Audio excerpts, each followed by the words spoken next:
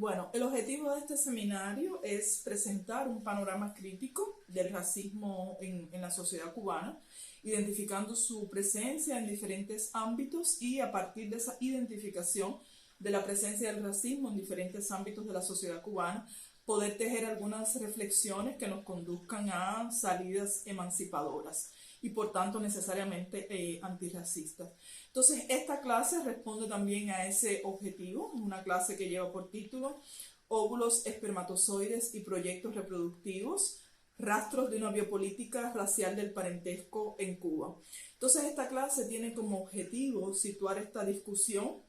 en el ámbito de la salud reproductiva y específicamente en una dimensión particular de la reproducción asistida, que es la que se refiere a la fertilización in vitro por ovodonación. Por tanto, vamos a tomar este escenario de la donación de óvulos como un escenario para debatir cómo operan allí las nociones de raza y cómo se promueven prácticas racistas dentro de esta práctica específica de la donación de óvulos. Bueno, primeramente yo quería comenzar puntualizando o compartiendo algunas razones que me conducen a pensar esta discusión como relevante, es decir, porque yo creo que esta discusión es relevante y de dónde yo estoy partiendo para proponer este debate. Bueno, primeramente comentar que existe un conjunto de investigaciones que nos sirven como precedente y que están referidas en la bibliografía de apoyo a esta clase, que han puesto de relieve que la implementación de políticas públicas de salud sexual y reproductiva en el contexto cubano, sobre todo en el contexto post-revolución, esa implementación de esas políticas públicas ha estado permeada por concepciones heteronormativas y cisnormativas, concepciones que crean, que imponen una situación de desigualdad para aquellas personas que habitan en los márgenes de las normas de género, de la sexualidad hegemónica y que requieren del apoyo del Estado para llevar adelante proyectos reproductivos. O sea, es un hecho, por lo que estas investigaciones revelan, que la gestión biopolítica en torno a los derechos reproductivos, ella opera como un dispositivo de manutención de un legado cis heterosexual. Y para operar en este sentido, para operar como un dispositivo de manutención de un legado cis heterosexual, estas políticas públicas se sirven de varias maniobras. Por ejemplo, una de esas maniobras es la retórica o el apelo constante al papel de la medicina como defensora de la familia, como defensora de la sociedad, siempre imaginada como cis heterosexual. Cuando se entra en contacto, por ejemplo, con los documentos normativos que regulan la reproducción en el contexto cubano, detectamos allí varias narrativas, varias tramas argumentales de estos documentos que colocan así el papel de la medicina como una defensora de la familia, como una defensora de la sociedad, y eso opera como una forma de instaurar exilios reproductivos, esterilizaciones simbólicas para aquellas personas que requieren del apoyo del Estado para llevar adelante proyectos reproductivos, pero no son heterosexuales y no son personas cisgénero. Entonces, el argumento que yo quiero proponer en esta clase es que además del género y la sexualidad normativas, la gestión estatal de las demandas reproductivas también toma a la raza como una pieza clave dentro de este ejercicio de control biopolítico de los agentes reproductivos, dentro de este ejercicio de control de los cuerpos de las personas que demandan la reproducción asistida. Ahora, ¿cuáles serían los indicios de esto que yo estoy nombrando como una biopolítica racial del parentesco? Para responder ese interrogante, primeramente habría que situar de qué se trata, ¿no? La fertilización in vitro por ovodonación, también conocida como donación de ovocitos. La fertilización in vitro por ovodonación es una tecnología de reproducción asistida que disponibiliza el Estado cubano como parte del Programa Nacional de Atención a la Pareja Infértil. En un trabajo anterior, que también está citado en la bibliografía, fue cuestionada inclusive esta noción de pareja infértil como una posición de sujeto que inventa la medicina, que crea la medicina, que instituye justamente para legitimar que el acceso a la reproducción asistida solamente sea para parejas que se entienden como heterosexuales. Entonces esa crítica ya está en una de las bibliografías a las que ustedes van a poder acceder. Ahora bien, en el caso de la donación de óvulos, ella forma parte de este Programa Nacional de Atención a la Pareja Infértil y se aplica en mujeres cisgénero que han sido diagnosticadas con insuficiencia ovárica, con infertilidad de causa genética, entre otros factores que se recogen en los documentos normativos vinculados a ese Programa Nacional de Atención a la Pareja Infértil. La donación de óvulos, para situar también algunas de sus generalidades, ella se basa en un conjunto de principios éticos como el anonimato de la donante de óvulos, de la persona que dona sus óvulos, que en este caso es exclusivamente en mujeres cisgénero que participan de ese servicio. Y otro de los requisitos es, por ejemplo, que no exista remuneración financiera de esa persona que dona sus óvulos. También se incluyen otras variantes de donantes que pueden ser familiares de las personas que necesitan de la donación de óvulos y que pueden ser hermanas, entre otros familiares que se consideran. Toda esa información está recogida en los documentos oficiales cuando se accede a los mismos, ¿no? Ahora bien, cuando analizamos más detenidamente esas regulaciones de la ovodonación, es posible identificar que esos procesos administrativos, ellos van más allá del control del material reproductivo. Es decir, además de controlar lo que tiene que ver con el intercambio de gametos entre donantes y receptora, y entendiéndose por gametos a los óvulos, espermatozoides, además de ese control de ese material reproductivo que es necesario para que la gestación se lleve a cabo, hay otro conjunto de regulaciones que extrapolan ese material reproductivo. Por ejemplo, uno de los requisitos que se explora en la donante tiene que ver o hace alusión a parámetros fenotípicos tales como la textura del pelo, el color de los ojos, el color de la piel. Es decir, se explora y se controlan estas marcas corporales, estas marcas fenotípicas en aquellas personas que se constituyen en donantes de óvulos. O sea, hay una preocupación porque exista una similitud, una homogeneidad fenotípica entre donantes y receptoras. Cuando se estudia el documento, no encontramos en ningún lugar del documento los argumentos que justifiquen que estas marcas fenotípicas sean consideradas requisitos indispensables de la fertilización in vitro por ovodonación. Es decir, las razones para tomar a esas marcas fenotípicas como objeto de ese control no están expuestas en los documentos a los que se tuvo acceso. Por otro lado, no consta en ningún protocolo, vamos a decir así, internacional sobre reproducción asistida, que el color de la piel, que el color de los ojos sean parámetros cruciales para que el proceso de gestación se lleve a cabo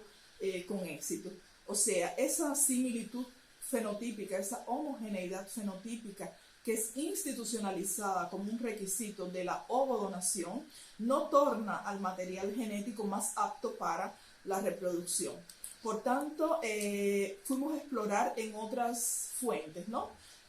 A partir de entrevistas que fueron realizadas y que están recogidas en una tesis de doctorado que sirve de base a esta clase, a través de entrevistas con profesionales que han trabajado vinculadas a este servicio durante algún tiempo, pudimos conocer que el presupuesto sobre el que descansa este requisito de homogeneidad fenotípica entre donantes y receptoras es el hecho de que,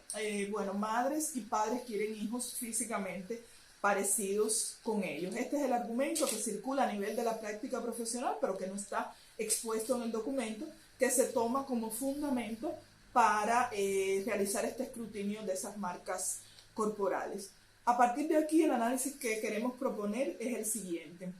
Es decir, cuando se recogen esas marcas fenotípicas y que son sobre todo descritas como condiciones de la donante y de la receptora, estamos considerando que es importante tener en cuenta que la raza no se trata de un descriptor biológico.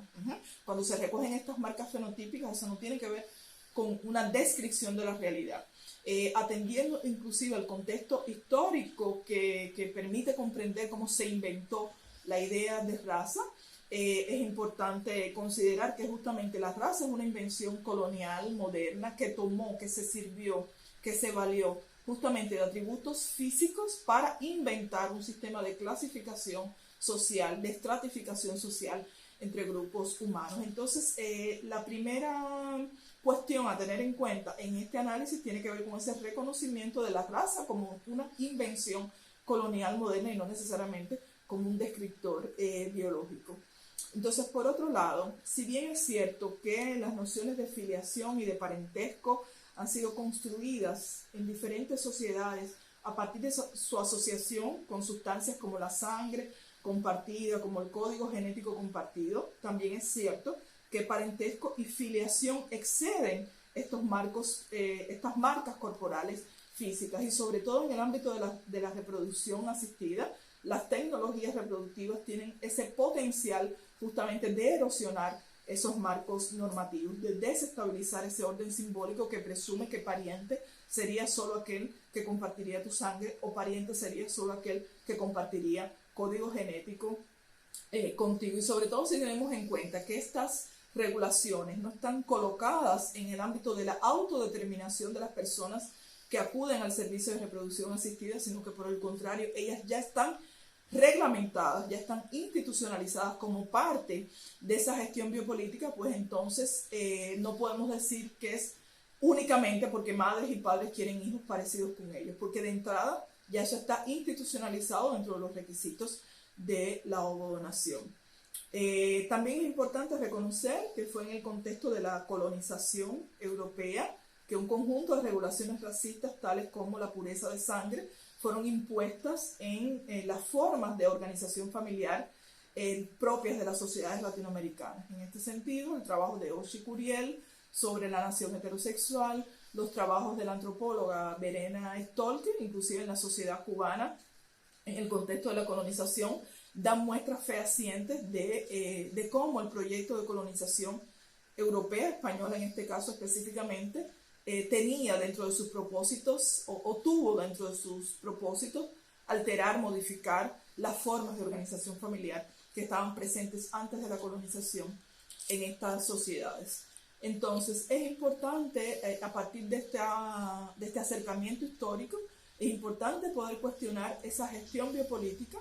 que ocurre en el ámbito de la reproducción asistida y que opera como un dispositivo de manutención del orden colonial, de un orden colonial racista. Adentrándonos en el concepto de biopolítica, que fue un concepto acuñado por Foucault. Foucault lo utilizó para referirse a los procesos por medio de los cuales se toma al cuerpo, el cuerpo es tomado como objeto de control y de reglamentaciones.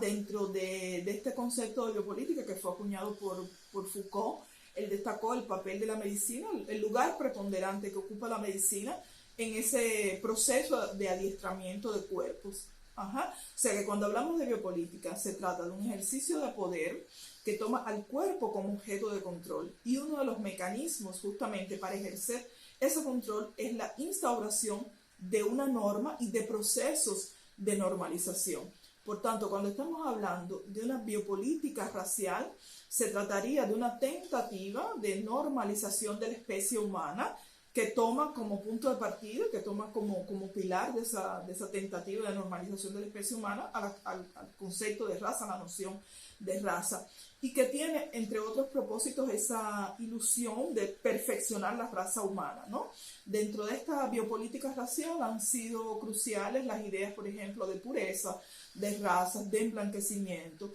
las políticas eugenistas, que fueron fundamentales sobre todo en el contexto de la institucionalización del racismo científico en el siglo XIX. Aun cuando estas prácticas de control racial ellas tuvieron su auge en el siglo XIX, ¿no? con la institucionalización del racismo científico, no debemos descartar, es decir, tenemos que prestar atención a los esfuerzos políticos que tienen que ver, ¿no? o que procuran esa manutención de esas ideas eugenistas que muchas veces aparecen disfrazadas o resignificadas bajo el argumento de, bueno, es que las madres y los padres quieren hijos físicamente parecidos con ellos, ¿no? Pero que cuando nos adentramos justamente en esa gestión biopolítica, vemos que eso no está colocado en el ámbito de la decisión de las madres y de los padres, sino que ya está colocado como una exigencia de la fertilización in vitro por ovodonación. Y es una forma entonces en que esa idea eugenista, esa idea de esa premisa de segregación racial es resignificada y recolocada en el ámbito de la reproducción asistida. Yo quería insistir en el hecho de que el análisis que yo estoy proponiendo no se trata de un enjuiciamiento moral sobre si es bueno o malo desear hijos parecidos físicamente consigo mismo, ¿no? No es eso de lo que se trata. Lo que yo estoy proponiendo aquí tiene mucha más proximidad con un ejercicio genealógico en el sentido de cuestionar las ideas que se han cristalizado, que se han sedimentado a lo largo del tiempo como verdades y cuestionar también el esencialismo que presuponen esas ideas. Por tanto, cuando se institucionaliza que donantes de óvulos y receptoras de óvulos deben ser fenotípicamente similares y cuando se institucionaliza ese escrutinio de marcas corporales como el tipo de pelo, el color de los ojos, se está legitimando una política de estratificación y de segregación racial en el ámbito del parentesco, una política de segregación racial y de estratificación racial que opera con la misma premisa que ese refrán popular que dice que cada oveja con su pareja, que de hecho es un refrán que expone de forma nítida el racismo. Entonces es como si ese cada oveja con su pareja se extrapolara al ámbito reproductivo para decir que padres blancos solo pueden tener hijos blancos y que padres negros solo pueden tener hijos negros. Y entonces se establece esa política de segregación, de estratificación en el ámbito del parentesco. Junto con la historia clínica de la receptora, se exige, por ejemplo, una foto. Pudimos conocer de ese requisito a través del estudio de ese documento. Junto con la exigencia de la foto, como ya había comentado, de la donante, se exige informaciones tales como la altura, el peso, el color de los ojos, el color del pelo, la textura del pelo. Todas esas informaciones que son recabadas tanto de la donante como de la receptora denotan esa necesidad de establecer una visualidad basada en la apariencia, ¿no? Lo que no deja de estar atravesado por determinadas moralidades estéticas. Entonces, esta insistencia de mantener el cuerpo siempre a la vista, de mantener el cuerpo todo el tiempo bajo escrutinio, esta atribución de un poder supremo al acto de ver dentro de ese ejercicio de la medicina, en detrimento de otras cosmopercepciones, inclusive de otras cosmologías que apuestan en otros tipos de parentesco, en otros tipos de familia. Todo esto expone de forma nítida el modo en que esa estructura epistémico-política occidental fue impuesta y tiene una continuidad en territorios del sur global, como es el caso de Cuba. Una estructura epistémica occidental que tiene como uno de sus pilares fundamentales a la biología como parámetro para establecer una verdad. Entonces, toda vez que se adopta a la raza como una matriz de reconocimiento reproductivo, como una matriz de inteligibilidad que en última instancia viene a legitimar cuál es el parentesco adecuado y cuál es aquel otro que estaría prohibido, se instaura, como decía, se preservan esas premisas racistas relativas a la pureza racial, se instaura una segregación racial en el ámbito del parentesco y también se delimita lo que pudiéramos decir como una zona de repudio reproductivo o una zona de abyección reproductiva en la que determinadas mezclas fenotípicas no estarían autorizadas, no serían deseadas o no serían legítimas, ¿no? También se crea una situación de seccionalidad para el caso de las personas que quieren llevar adelante proyectos proyectos reproductivos con el apoyo del Estado a través de esos servicios de reproducción asistida. Y digo que se crea una situación de seccionalidad porque en el caso de otras personas que se reproducen por la vía del coito, cuando ellas acuden a un servicio de salud pública, que es también amparado por recursos del Estado, que también cuenta con recursos del Estado, a esas personas, ya sea una mujer soltera o sea una persona que esté en una relación de pareja, no se le pregunta sobre si la persona que donó el esperma y que puede ser padre o no, qué textura de pelo tiene, cuál es el color de los ojos. O sea, eso no es controlado en el caso de esas personas que también acuden a los servicios de salud pública para tener un seguimiento de su proceso de gestación. Por tanto, al hacer esto, en el ámbito de la ovodonación, se está instaurando una situación de seccionalidad que ya coloca una desigualdad en relación con otras personas que llevan adelante sus proyectos reproductivos con apoyo del Estado. Por otro lado, cuando el Estado establece que es la pareja infértil el sujeto beneficiario de esta política de reproducción asistida, sin tener en cuenta que, por ejemplo, como un efecto del propio racismo estructural, mujeres negras, personas racializadas, tienen menos acceso a esta estructura pareja, y hay algunos estudios que ya ponen eso de relieve, como fue la investigación de Aline Herrera, una de las referencias que colocamos en la bibliografía. El estudio que realizó la abogada y feminista Aline Herrera pone de relieve que, por ejemplo, mujeres negras en Cuba son las que menos se casan y por tanto las que tienen menos acceso a esa estructura de pareja, a esa estructura monogámica. Y cuando no se tiene en cuenta esa condición y se coloca como una exigencia de la reproducción asistida, el estar dentro de esa estructura pareja, es una forma de establecer una alianza entre la heterosexualidad hegemónica, la monogamia como norma, y el racismo, que acaba perjudicando a mujeres negras, a personas racializadas que quieran acceder a un proceso de gestación por esta vía. Por tanto, es otra forma en la que el racismo se hace presente en ese contexto de la salud reproductiva. Por tanto, todo esto nos conduce a la conclusión de que ciertamente se trata de prácticas que establecen una especie, no, que establecen un racismo reproductivo o un racismo en el ámbito reproductivo y que pudiera ser descrito como ese conjunto de prácticas que preservan lógicas coloniales racistas, que instauran políticas de segregación racial del parentesco y que preservan estructuras epistémicas occidentales donde la biología es tomada como un índice de verdad. Entonces, estas son algunas de las reflexiones fundamentales que componen, que hacen parte de esta clase y que podemos darle continuidad a través del foro de debate y también de la bibliografía que se colocó como apoyo para esta clase.